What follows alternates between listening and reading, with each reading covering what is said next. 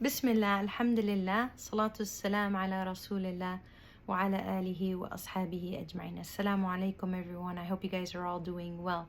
I do want to take a few minutes of your time to share with you a very powerful Islamic reminder, a lesson learned from Hasan Al-Basri rahimahullah, where someone once asked Hasan Al-Basri rahimahullah a very important question, a golden question I would say. And he said, what is the secret to your piety?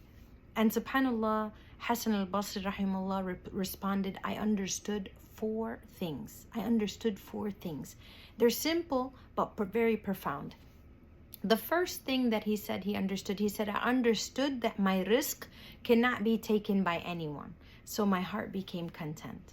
You guys, being content is extremely important. Being happy with what you have and grateful for what you have is extremely important. If you're not happy with what you have now, what makes you think you're going to be happy with what you're going to attain in the future?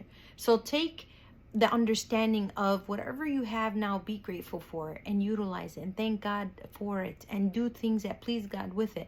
And obviously work harder for what you want and what you aspire for in the future. And there's nothing wrong with that. But he said, I understood that my risk can't be taken by anyone. Our risk is not based on what people give and take, what door they open, what door they close. SubhanAllah, Allah subhanahu wa ta'ala is in charge of this risk, and He is the one who gives it and He is the one who takes. So if it's rightfully yours, it will never leave you. And if it's not, if it is yours, it will never, if it isn't yours, you'll never attain it. So understand that risk in all aspects, we're not just talking about wealth, we're talking about everything. Anything that God gives you is a form of risk. Our health, our time, our wealth, anything, subhanAllah. And this is where Hasan Al-Basri rahimahullah said, I understood that my risk cannot be taken by anyone, so my heart actually became content with what I have. The second thing he said is that I understood that no one can do my actions for me, my worship for me. So I started doing them myself. Sometimes when we think we're righteous, we come from a righteous family, we have a righteous lineage, but no, not really. You know, we have to understand that we have to do these acts ourselves. Like, we're going to stand in front of Allah subhanahu wa ta'ala by ourselves. And all the things that we did or didn't do is what's going to be for us or against us on the Day of Judgment. Our moms, our dads, our uncles, our great-grandfathers, our grandfathers, they're not going to stand for us, by us, and giving us from their share. Nobody's going to give us from their share, subhanAllah.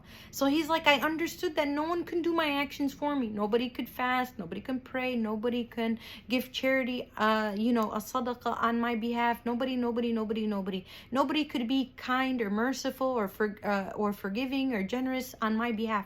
I have to do it. He said, so I started doing it myself, subhanAllah. The third thing he said, I understood that Allah is watching me. So I became ashamed to do anything wrong.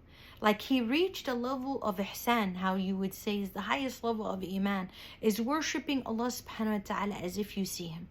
And know that we don't see Him. It's impossible for us to see Allah subhanahu wa ta'ala. So know that He sees you. So subhanAllah, he's like, I was so consumed with that reminder of Allah subhanahu wa ta'ala is watching me all the time that I was ashamed to do anything wrong, subhanAllah. And the last one that he understood, the last point that he understood, the last concept that he understood was, he said, I understood that death is waiting for me. So I started to prepare for my meeting with Allah subhanahu wa ta'ala. He didn't look at death as a bad thing. He aspired to die in a good state so he can prepare for his meeting with Allah subhanahu wa ta'ala. Death is very sad. It separates us from those that we love. But we hope that in this temporary world, that separation is temporary. But in the permanent world, we can reunite in happiness and bliss and in Jannat and Na'im. So he said, I understood this. I understood I can't escape death. Nothing is going to be able to escape death. Nothing I do will make me avoid the time, the designated time that Allah subhanahu wa ta'ala is going to call me back. And he said, so I just started to prepare for my meeting with Allah subhanahu wa ta'ala. So understand these four, like Hasan Al-Basri. And maybe, just maybe, me, you, and our ummah will reach that level of piety as Hasan Al-Basri rahimahullah did. We always ask Allah subhanahu wa ta'ala. So I'm going to just reiterate these 4 things just so you can take note of it. He said, I understood that my risk cannot be taken by anyone, so my heart became content. He said, I understood that no one can do my actions for me. No one can do my worship for me. So I started doing them myself. He said, I understood that Allah is watching me. So I was ashamed to do something wrong, and I understood that death is waiting for me.